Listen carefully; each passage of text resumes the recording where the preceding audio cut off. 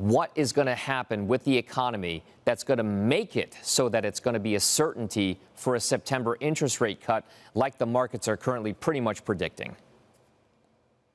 Well, Dom, I think if the job market continues to throttle back as it has in recent months, I think that would be consistent with the Fed following through on a September rate cut. So we'll get a data point tomorrow for the month of July, the July employment report.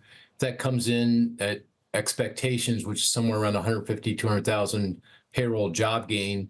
That would be consistent with the job market that's throttling back. Wage growth continues to moderate.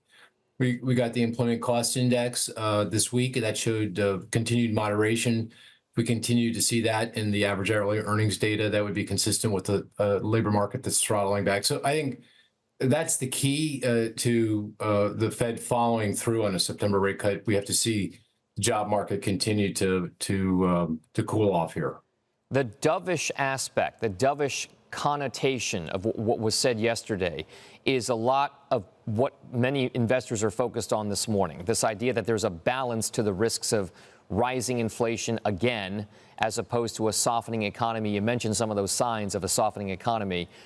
How difficult is it going to be for the Fed to do what it has to do in the coming months if the scars from inflation are still there? Well, yeah, I don't think it's going to be that hard because I think the inflation data is going to be right where the Fed needs it to be.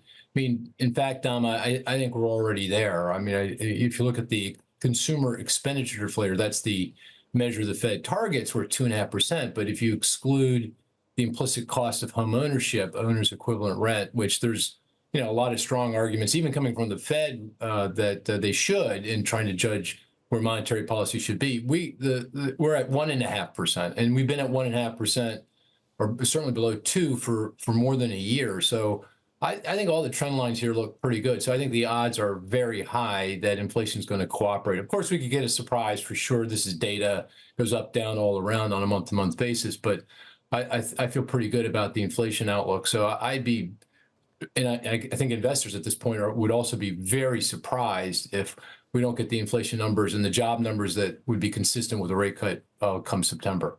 Mark, you're not the only one who says this. I mean, let's bring another voice into the conversation here as well overall, because it's Double Line Capital's Jeff Gundlach, who gave a blunt take on what he thinks we should have seen out of the Fed just yesterday. I think they should have cut today, quite frankly. But, what difference does it make? 6 or 8 weeks or whatever it is, 7 weeks. They should have cut. And that's what the take from Jeffrey Gundlach is. Should the Fed have cut? And if not, why? If so, why? Well, yeah, I think there's been a strong case for rate cutting for quite some time. The economy is resilient, it's strong, it's fine, it's navigating through. But why take the risk? I think the Fed has already achieved its so-called dual mandate. We're at full employment. Job market has cooled off sufficiently, and inflation, as I just argued, I think properly measured, is at the Fed's target or beyond the Fed's target. So then you have to ask yourself the question, okay, since we've achieved our goals, why a 5.5% funds rate target? I know there's a lot of arguments, reasonable ones, that the so-called equilibrium rate, the rate that's consistent with policy neither supporting or restraining growth, is higher for good reasons, but it's not 5.5%. So why take the chance? And there are signs of stress. So I think the case for rate cuts are much sooner than September or have been in place for quite some time. So I would have been cutting well before the meeting yesterday. But having said that, it looks like we're going to make our way through without a problem, without something breaking in the economy. Now, having said that, if they don't cut in September, that could be an issue.